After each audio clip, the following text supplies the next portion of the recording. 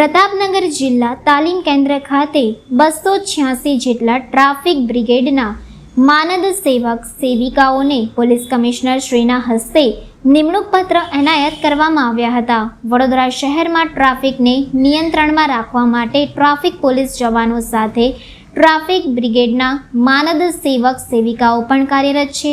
આ ટ્રાફિક બ્રિગેડની કુલ 900 જગ્યાઓમાંથી 300 જગ્યા ખાલી હતી, જેને લઈને આ જગ્યાઓ ઉપર સ્પેશિયલ રિક્રુટમેન્ટ ડ્રાઈવ કરીને 286 જેટલા માનદ સેવક સેવિકાઓને વડોદરા શહેર પોલીસ કમિશનર નરસિંહા કુમારના હસ્તે નિયુક્તિ પત્ર આપવામાં આવ્યા હતા. આ માનદ સેવક સેવિકાઓને 10 દિવસની સ્પેશિયલ ટ્રેનિંગ આપવામાં આવી છે અને ટૂંક જ સમયમાં જ તેમને ગણવેશ પણ આપવામાં આવશે. ત્યારબાદ શહેરના જુદા જુદા વિસ્તારોમાં પોલીસ સાથે તેઓને પણ તૈનાત કરવામાં આવશે. વડોદરા શહેર પોલીસ કમિશનર દ્વારા જણાવવામાં આવ્યું હતું કે વડોદરા શહેરની ટ્રાફિક વ્યવસ્થા વધુ સુચારુ બનાવવા ટ્રાફિક વિભાગમાં 30થી વધુ પોલીસ કર્મચારીઓની નિયુક્તિ આપવામાં આવી છે. સાથે જ સિટી કમાન્ડન્ટ કંટ્રોલ સેન્ટરને આધુનિક બનાવાયું છે અને ટ્રાફિક નિયમોનું ઉલ્લંઘન કરનારાઓને ચલણ કરવા માટે 10 કર્મીઓને પણ નિમણૂક કરવામાં આવ્યા છે. આ પ્રસંગે પોલીસ કમિશનરે લોકોને પણ ટ્રાફિક નિયમોનું પાલન કરવાની અપીલ કરી હતી. ટ્રાફિક નિયમોનું પાલન કરવાથી માર્ગ અકસ્માતોમાં ઘટાડો શક્ય છે.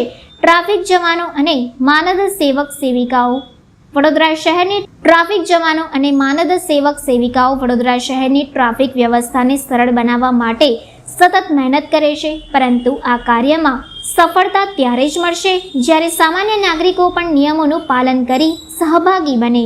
જો દરેક વાહન ચાલક સાવધાનીપૂર્વક નિયમોનું પાલન કરે તો અકસ્માતનું પ્રમાણ ઘટશે અને ટ્રાફિક વ્યવસ્થા સાચી દિશામાં આગળ વધી શકશે. વડોદરા શહેરમાં મોબિલિટી અંગે વડોદરા શહેર પોલીસ ખૂબ પ્રયત્નશીલ છે. તમે જાણો છો કે ટ્રાફિક પોલીસ સાથે સાથે ટ્રાફિક બ્રિગેડના માનદ વેતકો પણ આપણા સાથે કામ કરતા હોય છે. 900 જગ્યા મંજૂર છે અને સામે લગભગ 300 જગ્યાઓ ખાલી હતા. આ જગ્યા ભરપાઈ કરવા માટે આપણે એક સ્પેશિયલ રિક્રુટમેન્ટ ડ્રાઈવ કરીને આજે 286 જેટલા માનદ વેતકોને નિયુક્તિપત્રક આપી છે. આ માનદ વેતકો પોલીસ સાથે કામ કરશે, એટલા માટે એમને 10 દિવસની સ્પેશિયલ ઇન્ડક્શન ટ્રેનિંગ આપીને કાયદા, નિયમો અને ટ્રાફિક નિયમન માટે જે જરૂરી સ્કિલ સેટ્સ એમને ઇમ્પાર્ટ કરવાની પ્રયાસો થયા છે. ટૂંક સમયમાં એમને ગણવેશ પણ વિતરણ કરવામાં આવશે અને એમને શહેરના જુદા જુદા વિસ્તારોમાં પોલીસ સાથે સાથે એમને પણ તૈનાત કરવામાં આવશે.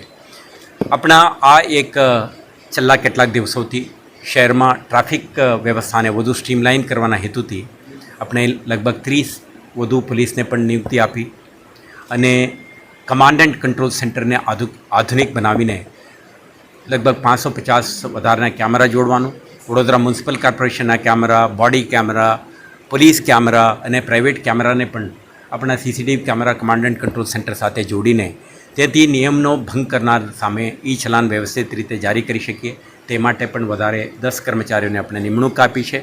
આજે 286 ટીઆરબીના જવાનો જ્યારે પોલીસ વિભાગમાં પોલીસ અધિકારીઓ સાથે ઊભા રહેશે, મને વિશ્વાસ છે કે આપણા જે already speed radar gun, breath analyser, towing vehicle અને અન્ય રીતે આપણા પરિબળો સાથે સુસજ્જિત વડોદરા શહેર પોલીસને વધુ તાકાત મળશે એન્ફોર્સમેન્ટની રિગર વધારવા માટે. અને આ વર્ષે જે રીતે આપણે લગભગ 450% વધારે એન્ફોર્સમેન્ટનું રિગર વધારીને કામ કરી છે, આના ભાગરૂપે પ્રથમ 7 મહિનામાં 10% જેટલું માર્ગ અકસ્માતના કિસ્સામાં ઘટાડો પણ જોવા મળ્યું છે.